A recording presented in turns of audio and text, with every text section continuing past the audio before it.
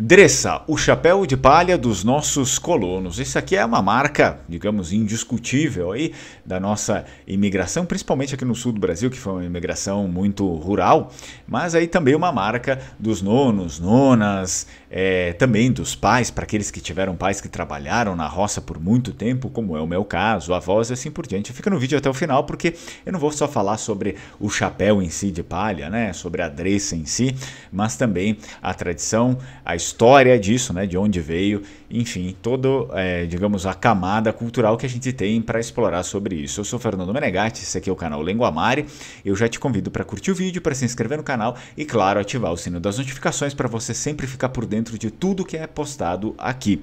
Vamos lá, então, esse chapéu, o chapéu de palha tão conhecido, né, principalmente aqui atrelado à imigração italiana no sul do Brasil, ele também, muitas vezes, pode ser chamado de chapéu de trança, né? E o que acontece? Ele foi e ainda é símbolo muitas vezes atrelado à imigração, sobretudo à imigração vêneta, né? Mas costumo falar, enfim, no geral, a imigração italiana, mas sobretudo a imigração vêneta no Brasil, pois ele se tratava não apenas, né, de um chapéu, aquela coisa que eu vou colocar na cabeça só porque é bonito. Não, na verdade ele sempre foi aqui nesse contexto ligado a um instrumento de trabalho. Ele era como se fosse um EPI, né? Uma ferramenta ali que protegia a pessoa. Obviamente do sol, né? Proteger o colono. Isso não começou no Brasil, isso começou há muitos e muitos séculos atrás. A gente precisa saber um pouco mais sobre isso. Em especial, no âmbito vêneto, que é o que nos interessa aqui no canal, a gente chama esse chapéu de palha aqui, né? A arte que é feita aqui é a dressa. Dressa. D-R-E-S-A, na ortografia oficial do Vêneto, né, que se escreve com um S só, dressa. Olha só, dressa vem de uma outra palavra, que é uma palavra em língua vêneta, que é a palavra indressar. Indressar significa direcionar. Então, eles, na verdade, quando falam, né, direcionar, eles estão falando sobre direcionar a palha uma com a outra ali, fazer a própria trança. Então, no contexto usado aí pelas nossas nonas, que eram elas que acabavam fazendo esse serviço aqui, a gente muitas vezes ouvia que toca indressar la palha del formento, ou seja, a gente precisa ali fazer a trança, né, com a palha do formento, direcionar uma a outra ali, né, para sair a arte da dressa em si, que é aquilo que acabava dando o tom da manufatura do chapéu, né? Então, é de se notar, sim, a importância do chapéu como um todo, mas não somente para o trabalho, né? Principalmente, enfim, para o chapéu em si, não que fosse, né, sempre o mesmo chapéu, mas naquela época o chapéu tinha uma conotação um pouco diferente também. Existia, claro, o chapéu para o trabalho, que era o chapéu geralmente de aba larga, mas os homens, principalmente os homens, tinham um apreço muito grande por chapéus em si. Então, eles também saíam na rua, muitas vezes, com outros tipos de chapéus. Era meio que proibido, assim, né, o homem sair sem chapéu. Um homem sem chapéu efetivamente não era nada naqueles dias. E aí eu peguei alguns relatos ali que eu vi que naqueles tempos os mais velhos diziam que somente os burros e os cavalos vão debaixo do sol sem chapéu. Então era uma coisa muito importante para aquela época também, não só para o trabalho, mas depois, além do trabalho, né, para sair, para festa, enfim, para ir para a rua, era sempre importante isso. No entanto, o chapéu de palha para os vênetos é uma tradição, sim, antiga, que muitas pessoas acabam não aprofundando um pouco mais sobre isso, né? Acredito que nunca ninguém falou sobre isso aqui nesse nosso contexto de imigração. Olha só, já no tempo dos antigos vênetos, aí a gente está falando de 10 séculos antes do surgimento do Império Romano. É antigo mesmo, lá na antiguidade, tá? Já nesse tempo aqui, os nossos ancestrais utilizavam o famoso chapéu de palha, claro, com algumas diferenças, mas era um chapéu de palha também. Mas naquele contexto não era somente voltado para o mundo do trabalho, existia também esse objeto, o chapéu voltado para o mundo do trabalho, mas principalmente para o contexto de adicionar status, tá? Não era só para cobrir a cabeça, mas ele servia também para status. Mas como assim, Fernando? Vamos explicar um pouco mais sobre isso. Olha só, tem coisas muito interessantes. O líder tribal, talvez, a gente pode até pegar o próprio Doge, né? O Doge não usava uma coroa, ele usava também um chapéu, que era um status social. Mas aqui a gente está falando sobre, especificamente sobre o chapéu de palha lá para os vênetos antigos, naquele contexto tribal. O líder tribal dos vênetos, ele na verdade se destacava pelo maior chapéu. Então, se vocês forem observar os desenhos que eles faziam naqueles vasos, né, fúnebres lá, vocês vão ver sempre o líder com o maior chapéu, um chapéu de aba larga.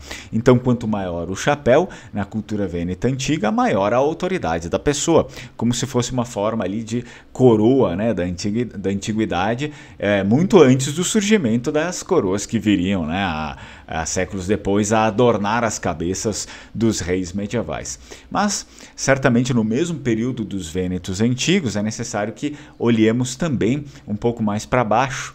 E aí, quando eu falo um pouco mais para baixo, estou certamente falando sobre a Grécia Antiga, né? Que ali tiveram o mesmo período, enfim, enquanto os vênetos antigos estavam no Adriático, os gregos estavam já lá embaixo, então aprontando as suas, como os vênetos, né? Daí que encontramos, quando a gente fala sobre o universo vêneto, o universo grego, a gente também encontra outro chapéu de palha, é o chamado pétaso. Então, esse pétaso é um tipo de chapéu que foi muito difundido lá na Grécia Antiga. Ele consistia em um chapéu de aba larga e era assim característico de agricultores e viajantes naquele tempo, pois era uma vestimenta destinada a proteger tanto do sol quanto da chuva. Então não existiam os guarda-chuvas, né? Inicialmente típico da Macedônia, o pétasus tornou-se um acessório comum em toda a Grécia e o seu uso sobreviveu até a Era Romana. A gente está falando então que ele podia ser feito de couro, claro, obviamente, feltro ou palha. Era muito comum que fosse feito de palha, né? É por isso que a gente está trazendo o pétaso aqui. Era muito comum que fosse feito de palha. Muitas vezes era equipado com uma tira de queixo. Então, né, grudava o chapéu aqui na tira de queixo e tal. Em particular, era o chapéu de Hermes. Não se pode afirmar nada com precisão, né? Apesar da a gente poder fazer alguns questionamentos. Talvez, será que aquele chapéu que os vênetos antigos usavam, eles tiveram ali alguma influência do pétaso grego? Talvez sim, talvez não, né? Fica uma pergunta aí, não se pode afirmar nada sobre isso. O que é certo, sim, afirmar é que outro povo que vem depois ali dos vênetos antigos foi muito influenciado pelo chapéu grego. E aqui a gente está falando sobre os romanos, o chapéu de palha, né? Os viajantes romanos, também quem assistia ali os espetáculos teatrais, sempre usavam os chapéus de abas largas de palha para neutralizar os raios solares e teriam esses feitos à maneira dos gregos antigos, né? Os romanos copiaram aqui os gregos nessa arte aqui do pétaso. Posteriormente, o chapéu, então, de palha teve amplo uso, como a gente sabe, né? Durante a Idade Média. É só dar uma olhada, é só procurar as pinturas da Idade Média, os camponeses, nem só os camponeses, os próprios freis, às vezes, né? Quando caminhavam, todo mundo utilizava o chapéu ali de palha de aba larga para se proteger. E hoje, é claro, fica ali na memória da tradição vêneta, da produção da dressa, encontrada principalmente ali aqui no Brasil, né, e tendo como refúgio certamente as comunidades de interior e principalmente aquilo que a gente chama de filó. Ele se mantém sim aqui nas comunidades rurais do sul do Brasil, só que nesse vídeo, né, a gente vai focar na dressa em si. A palavra filó vem da língua vêneta e significa vigia no estábulo. Resumindo, então, o filó ele é uma antiga tradição vêneta que ocorria durante as pausas no trabalho, né, o trabalho dos camponeses, dos colonos, as noites no campo eram muitas vezes passadas em círculo em torno de um narrador, né, aquele que ficava contando as histórias e tal. Uns comiam crosta de pão, outros remendavam a roupa furada, né, do dia a dia, enquanto as histórias eram contadas também tinha aquela roda, a famosa roda, onde as pessoas ficavam se passando um copo de vinho ali, tomando e contando, né, as histórias e também tocando uma música.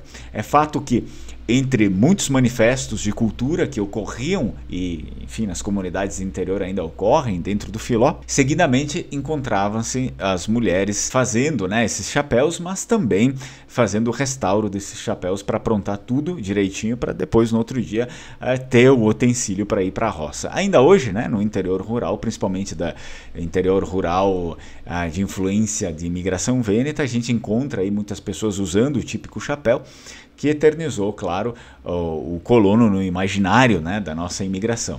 E você aí, né, seus avós usavam o chapéu de palha, os seus pais usavam, alguém da sua família você já viu usando aí para trabalhar na roça? Você já usa o chapéu também? Quem sabe, né? Eu sei que algumas pessoas aí que estão no canal são trabalhadores ali, rurais e tal. Então, às vezes, eu acho que cai bem também, né? Usar esse chapéu de palha aqui. Deixa aí nos comentários, caso não tenha nada para comentar, deixa o seu emoji com o leão representando o Vêneto. Vi ringrazio. Tchau, tchau, Strucon.